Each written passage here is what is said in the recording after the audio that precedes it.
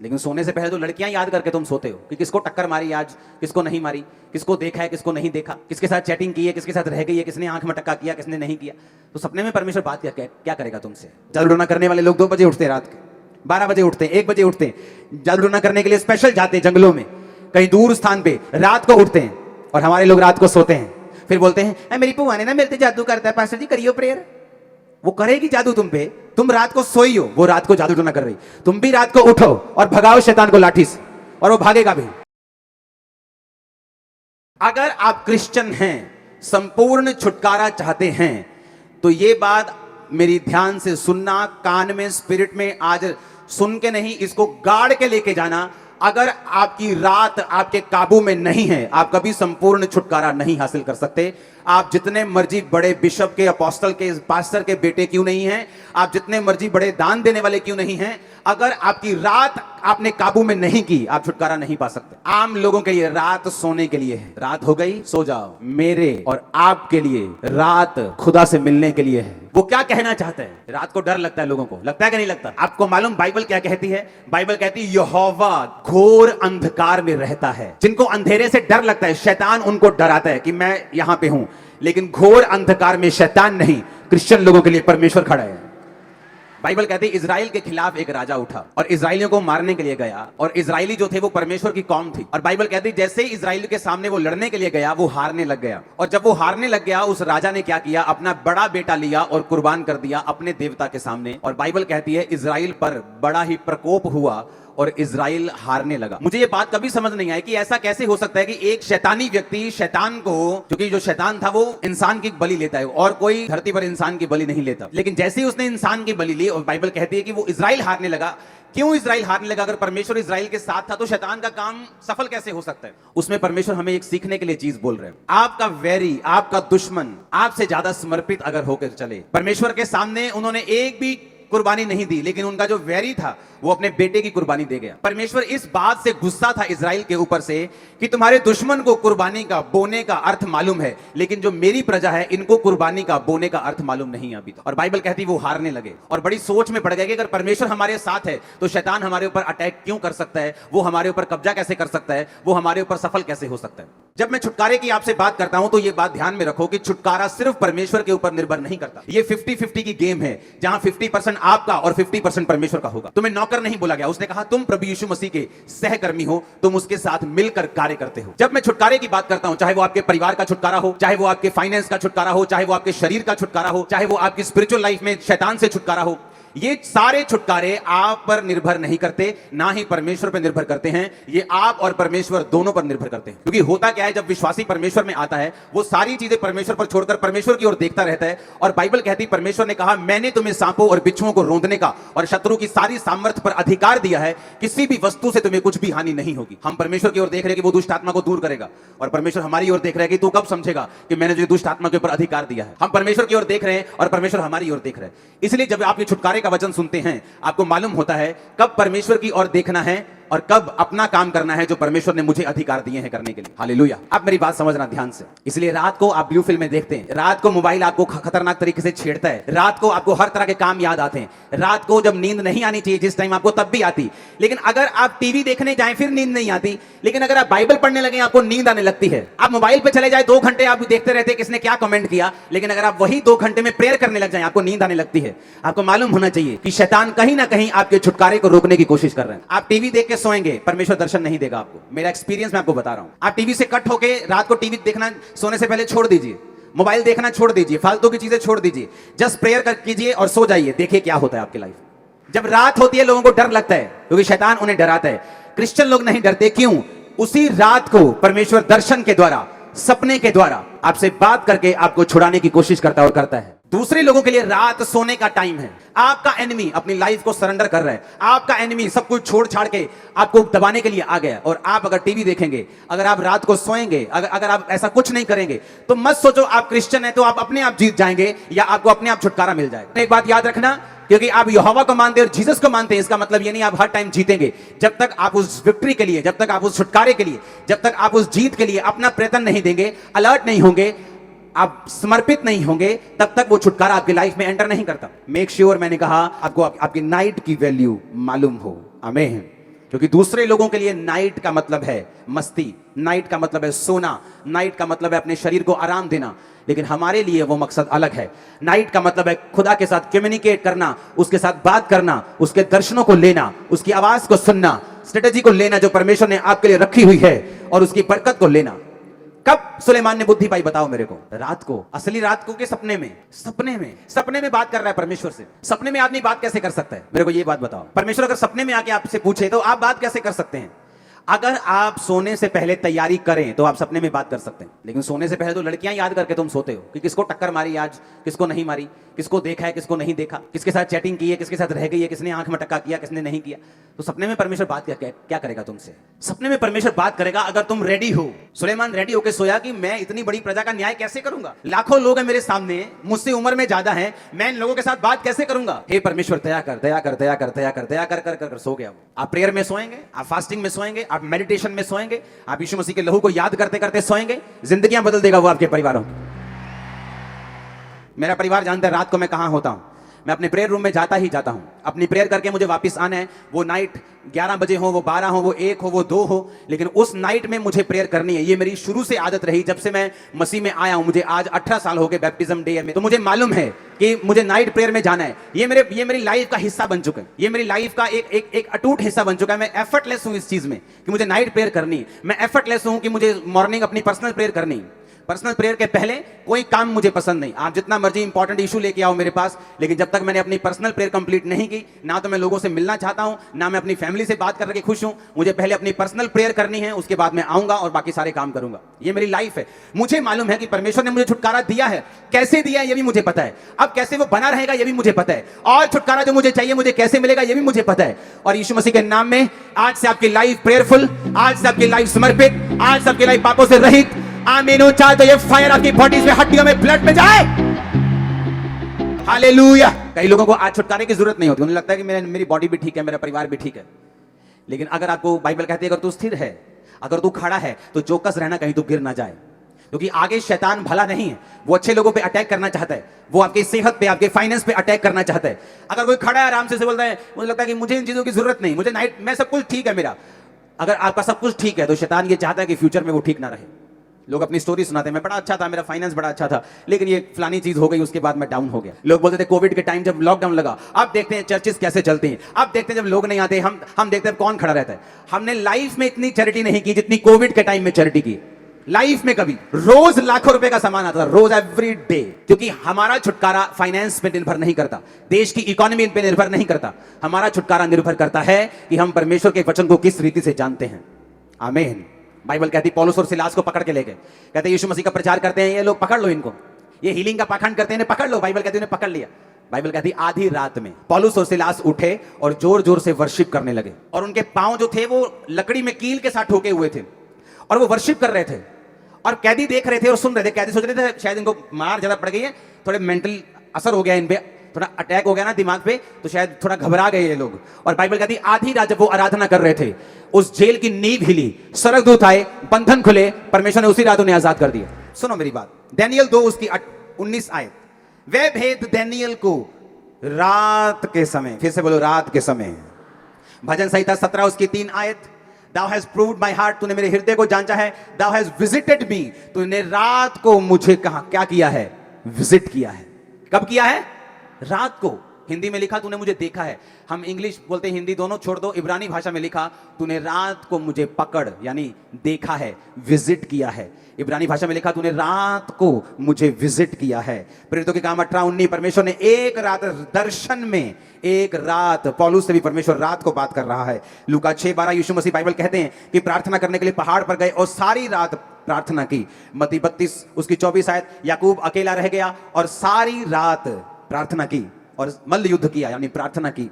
अब मुझे यह बात समझनी है कि नाइट नॉन क्रिश्चियंस के लिए अलग हो सकती है, पर फॉर क्रिश्चियन नाइट का मतलब है एक ऐसा टाइम जब आप अपने कर्ता से, आप अपने बनाने वाले से, आप अपने प्रेम करने वाले से, आपके लिए जिसने कुर्बानी दी, जो आपका परमेश्वर है, आप उससे बात कर सकते हैं उस रात को। वो रात वो समय है जब सुपरनैचुरल नेचुरल से मिलता है, जब ईश्वरीय शक्ति आपकी बॉडी के ऊपर उतरती है। आपको मालूम होता है, मैंने ऐसे गवाहियां देखी, संडे चर्च में आते, थर्सडे चर्च में आते हैं, प्रार्थना रिसीव किया, आमीन कहा, और रात को जब अपने घर में गए, सपना आया कि आप मेरे सपने में आया, आपने ले हैंड, मैंने थोड़ी ले हैंड किया सपने, मैं तो अपने घर में हूँ, वो स्वर्गदूत है, मेरे सपने में ले हैंड किया। और जब मैं सुबह उठी, मैं प्रेग्नेंट थी, मैं पेट से हील था, मैं ब्रेन में हील था। ये क्या था? ये कम्युनिकेशन था रात के समय जो परमेश्वर ने आपके साथ किया। मेक श्योर कि नाइट लाइफ आपकी बेस्ट हो। लोग नाइट बोलते हैं, गोवा चलते हैं, वहां नाइट लाइफ अच्छी है, वहां डिस्को जाएंगे, वहां डांस करेंगे, बार में जाएंगे। आपकी नाइट लाइफ कैसी है? नाइट में आपको प्रेयर करनी है। एक समय रखना है जब रात में आप प्रार्थना करने के लिए 1 घंटा चाहे जरूर उठें। एक समय रखना है कि प्रार्थना जब आपको सोने के लिए जाना है तो उससे कुछ देर पहले आप टीवी मोबाइल से दूर होकर आप प्रेयर करें फैमिली के साथ। उसके बाद आप जाएं। मैं आपको बता रहा हूं, आपकी लाइफ चेंज होना, मोड़ लेना, छुटकारे में एंटर करना शुरू कर देगी। कई बार लोग क्या करते हैं, खाना अच्छा नहीं खाते, डाइट अच्छी नहीं लेते, बोलते नहीं सब ठीक है, मैं कौन सा बीमार हूं। धीरे धीरे बॉडी जब कमजोर होती, जस्ट कोविड आया चढ़ गए, जस्ट मलेरिया आया ओ एकदम से फलाने चीज डाउन हो गई, जस्ट कुछ अटैक हुआ खत्म। क्योंकि बॉडी की इम्यूनिटी आपने लो करके रखी है, आपने ध्यान नहीं दिया, आप बोलते मैं ठीक हूं, वो ठीक है कोई बात नहीं, लेकिन जब अटैक होता है तब मालूम होता है आपकी बॉडी में कितनी इम्यूनिटी है। उसी तरह से स्पिरिचुअल लाइफ है, आपकी लाइफ में कोई फर्क नहीं पड़ता, आप चलते जाते, लेकिन जब डेविल अटैक करता है, पता वो बंदा किथे गया, पता नहीं किथे चला गया, चढ़ गया जी होता, उड़ गया जी होते, वो तो दारू पींदा जी, हूं नशे करता है। क्योंकि इम्यूनिटी को बना के नहीं रखा आपने, सिस्टम बना के नहीं रखा आपने, स्पिरिचुअल इम्यूनिटी इतनी लो कर ली कि जब शैतान ने अटैक किया आप उसको सर्वाइव नहीं कर सकते। बाइबल कहती है धर्मी पर भी मुसीबत आएगी और पापी पर भी मुसीबत आएगी। ना तो धर्मी मुसीबत आने से रोक सकता है, ना पापी मुसीबत आने से रोक सकता है। पर बाइबल कहती है धर्मी 7 बार भी मुसीबत में पड़ेगा तो भी उठ खड़ा होगा, और पापी का क्या ठिकाना। आप फिर से खड़े हो जाएंगे, फिर से स्ट्रांग हो जाएंगे, फिर से गवाही देने योग्य हो जाएंगे, लेकिन पापी उन दिनों में आपको मिलेगा नहीं। ये आपने डिसाइड करना है। ये मेरा फैसला सी मैं अपने जीवन दे विच की करना, ये ਤੁਹਾਡਾ फैसला तुसी की करना। प्रेयर करनी है रात नूं कि नहीं करनी, सोने तो पहला की करना है कि नहीं करना, ये ਤੁਹਾਡਾ फैसला है, ये आपका फैसला, मेरा फैसला नहीं। मैंने अपनी लाइफ का फैसला करना है, आपने अपनी लाइफ का फैसला करना। आमीन। इसलिए मैंने कहा छुटकारा मांगते सब हैं, पाते कम हैं, दौड़ते सब हैं, लेकिन गोल्ड मेडल वही लेके जाता है जिसने दिन रात एक किया हो, जिसने अपनी जीव को काबू में रखा हो, जिसने सेक्रीफाइस किए हों। आज वो डॉक्टर्स जिनके पास आप जाते हैं और हजार रुपए 1-2 मिनट मिलने की आप फीस देते हैं, जब उनकी बुआ की शादियां होती तो वो ट्यूशन पढ़ने गए होते हैं, आंखों में मोटे मोटे चश्मे लग जाते हैं पढ़ के, सुबह ट्यूशन शाम को ट्यूशन, लेकिन जब वो अपनी लाइफ में कहीं पहुंचते हैं वो उनको सारा कुछ बैक आता है जो उन्होंने सेक्रीफाइस किया था। ऐसे ही क्रिश्चियन लाइफ है, मसीही लाइफ है। अब अपनी लाइफ में आपने स्पिरिचुअल कुर्बानियां दी हैं, आपने बोया है, आपने प्रेयर्स की हैं, आपने फास्टिंग की है, आपने अपनी नाइट लाइफ को काबू में किया है, आपकी लाइफ में रिजल्ट आएगा, मेडल आएगा, 100% आएगा, कोई रोक नहीं सकता इस। आमीन। परमेश्वर ने, देखो बाइबल कहती मूसा जब अपने हाथों को उठा के रखता था तो उसके लोग जीतते थे, जब मूसा के हाथ नीचे आते थे तो उसके लोग हारने लगते थे। वही परमेश्वर के लोग, वही तलवारें, सारा कुछ वही। ऐसा नहीं कि वो यहोवा को मानते थे तो चाहे सारी रात सो जाएंगे, जो मर्जी करेंगे, और सुबह जाएंगे, उठेंगे, लड़ेंगे और जीत जाएंगे। परमेश्वर हमें ऐसा नहीं बनाना चाहता, वो हमें आलसी नहीं रखना चाहता, वो हमें इग्नोरेंट नहीं बनाना चाहता। दिक्कतें आएंगी, बाजू थक गई, शरीर थक गया, उसका हल करना पड़ेगा। मेरे पास रूम नहीं है प्रेयर करने के लिए, मुझे हल करना पड़ेगा। टीवी एक ही रूम में टीवी ऑन रहता है, मुझे इसका हल सोचना पड़ेगा, मुझे वो सारे हल सोचने पड़ेंगे और फिर मुझे वो लड़ना पड़ेगा अगर मुझे जीत अपनी लाइफ में देखनी है तो। आमीन। मुझे वो कुर्बानी देनी पड़ेगी और फिर परमेश्वर का छुटकारा मेरी जिंदगी में होगा। हमारी नाइट लाइफ जब तक हमारे काबू में नहीं आएगी, हम इसको पकड़ नहीं लेंगे और बिब्लिकल तरीके से अगर नहीं बिताएंगे, मैं आपको बता रहा हूं, आप बड़े से बड़ी पदवी पे क्यों ना हो, छुटकारा आपके परिवार में कभी नहीं आ सकता। आप क्रिश्चियन हो सकते हैं, स्वर्ग भी जा सकते हैं, यानी कि स्वर्ग मिस हो जाएगा आपसे, लेकिन जिस छुटकारे की मैं बात कर रहा हूं वो छुटकारा जो आपके परिवार को, आपको मालूम है, चाहिए, आपके शरीर को चाहिए, आपकी बॉडी को चाहिए, आपके फाइनेंस को चाहिए, आपके परिवार को चाहिए, वो आपकी लाइफ में एंटर नहीं कर सकता। और ये बात देखो, जिसको ये बात मालूम है, यीशु मसीह को मालूम थी, उन्हें मालूम था कि मुझे 12 चेले चुनने हैं। इस जगत का परमेश्वर होके, इस जगत को बनाने के बाद, बाइबल कहती है जब वो इंसानी रूप में बेकुंवारी के द्वारा आया, बाइबल कहती है वो पवित्र परमेश्वर जिसके जैसा दुनिया में ना कोई था, ना है और ना कोई होगा, वो पवित्र परमेश्वर जब इस दुनिया में था, चेलों को चुनने से पहले, इमेजिन करो, वो पवित्र परमेश्वर जो बाप से नहीं सिर्फ औरत से आया, वो पवित्र परमेश्वर जिसने आपको और मुझको बनाया, वो पवित्र परमेश्वर जब बपतिस्मा लेके, पवित्र आत्मा पाके, लंगड़ों को चंगा करने की शक्ति लेके भी जब उसने 12 चेले चुनने थे, तो क्या लिखा है बाइबल में, लूका 6:12 में, वो पहाड़ पर प्रार्थना करने गया और प्रार्थना करने में सारी रात बिताई। यीशु मसीह ने ऐसा एक भी एग्जाम्पल सेट नहीं किया जिसको मैं और आप फॉलो ना कर सके। किसी टाइम बाइबल कहती है वो भोर के समय बहुत दिन रहते उठा, यानी वो सोया हुआ था कब से, 9 बजे से 8 बजे से हो सकता है, वो 2 बजे उठा और बाइबल कहती है वो प्रार्थना करने के लिए गया, फिर 6-7 बजे तक प्रार्थना की। ऐसा भी बाइबल में बहुत बार लिखा हुआ। कई बार परमेश्वर ने लिखा कि उसने सारी रात प्रार्थना करने में बिताई। मैं कह रहा हूं वो परमेश्वर जो पवित्र परमेश्वर, ऐसा कोई दुनिया में शख्स नहीं है, ऐसा एक भी एग्जाम्पल नहीं है जो सिर्फ मां के द्वारा आया हो, यीशु मसीह है सिर्फ। मैं आपको बोल रहा हूं ऐसा पवित्र परमेश्वर, ऐसा कामिल, ऐसा कंप्लीट परमेश्वर भी आपको यही कह रहा है कि अगर मुझे 12 चेले चुनने थे, मैं पवित्रताई में, मैं सामर्थ में, पवित्र आत्मा को पाया हुआ इस जगत का परमेश्वर होकर भी 12 चेले चुनने से पहले अगर मुझे सारी रात प्रार्थना करने की जरूरत पड़ी तो तुम क्या हो। हालेलुया।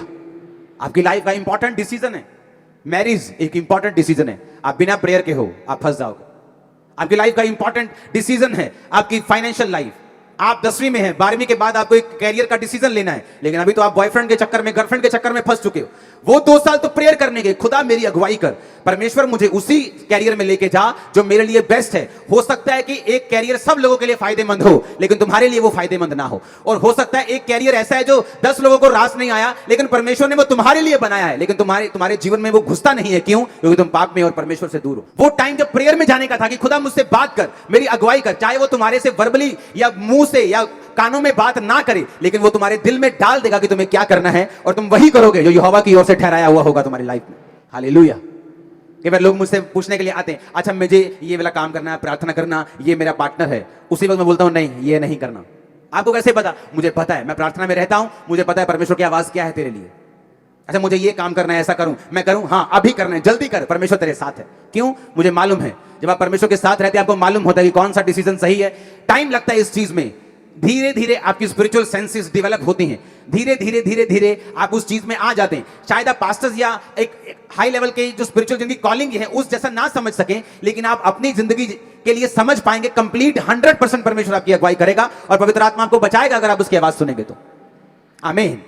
मैं कह रहा हूं लूका 6:12 कि वो परमेश्वर जो कामिल है, जो कंप्लीट है, जिसको लोगों को अपनी तरफ खींचने के लिए गरम भाषण देने की जरूरत नहीं, उसने सच्चाई प्रीच करके आज 400 करोड़ बंदे अपने पीछे लगाए हुए, खरबों को बचा भी लिया हुआ। हाँ, और कोई गरम भाषण देने की जरूरत नहीं। वो परमेश्वर, वो क्रिश्चियनिटी आज जो दुनिया में राज करती है, बड़े बड़े देशों में है। प्रेसिडेंट शपथ लेने से पहले बाइबल को पकड़ के शपथ लेते हैं। इवेंजलिस्ट को बुलाया जाता है, उस देश के पास्टर्स को बुलाया जाता है कि मुझे प्रेसिडेंट की शपथ लेनी है, मुझे आओ और मेरे लिए प्रार्थना करो। वो परमेश्वर जिसने देश बचा लिए, आज 400 करोड़ लोग उसे फॉलो करते हैं। जो इंटरनेट पे है 31-32% इंटरनेट पे लिखा है। इंटरनेट का मतलब है अगर 800 करोड़ का आप 33% लगाओ तो 266 करोड़ हो गए।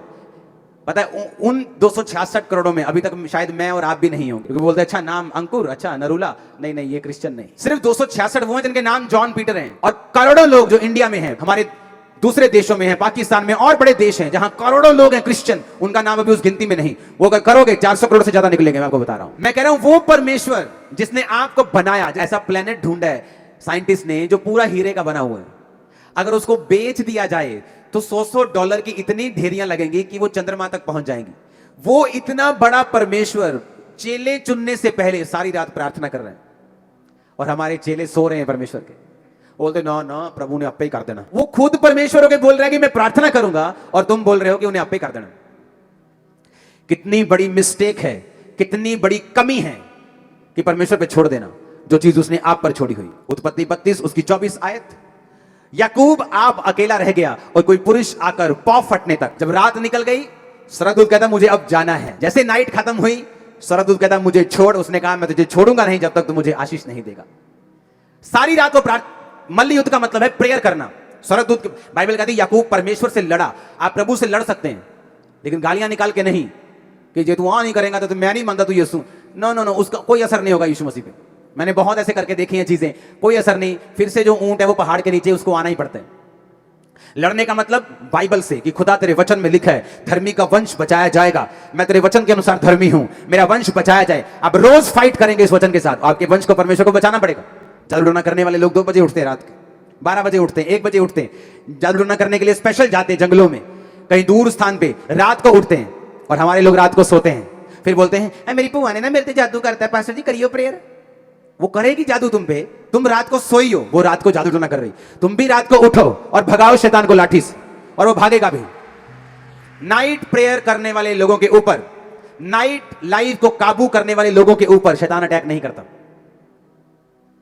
मैं आपको बता रहा हूं, अगर वो आपके सपने में कहीं पुलपले खेकते आ गया, अगले 7 दिन उसको इतनी जूतियां मारो, इतनी जूतियां मारो, इतने चप्पल मारो उसको। नाइट प्रेयर, नाइट लाइव, रात को कम्युनिकेशन करने का यह टाइम है, दर्शन लेने का टाइम है, सपना देखने का टाइम है, खुदा की ओर से जो बातें रिलीज हुई उनको सुनने का टाइम है। खुदाबंद आपको बरकत दे, आपकी लाइफ सेम ना रहे। आमीन। ऊंचा ये आशीष आपकी है चर्च। मेरा बिलीव है कि आप अपनी नाइट लाइफ को काबू में जरूर करेंगे। जितने आप लोग सुन रहे हैं, हजारों लोग इंटरनेट पे सुन रहे हैं, हजारों लोग ब्रांचेस में, लाखों लोग सुन रहे हैं, आप घर जाएंगे, आप योजना बनाएंगे कौन सी चीज करनी है, कौन सी चीज नहीं करनी, नाइट लाइफ को, प्रेयर लाइफ को किस तरह से मेंटेन करना है, किस तरह से अपने मोबाइल को, अपने टीवी को एक काबू में रख के उसी उतना ही यूज करना है जिससे आपका फायदा हो, नुकसान नहीं। आप फिर देखेंगे जिस काम के लिए परमेश्वर ने आपको रियल में चुना है वो आप पर जाहिर होना शुरू होगा। जो ग्लोरियस सीड परमेश्वर ने आपके लिए रखी है वो जाहिर होनी शुरू होगी। इस बात से अपने हाथों को उठा मैं एक डिक्लेरेशन करता हूं, आप बड़े लोगों के सामने जाने वाले इस नाइट लाइफ को काबू करने के बाद। आमीन। मुझे ऊंचा चाहिए चर्च।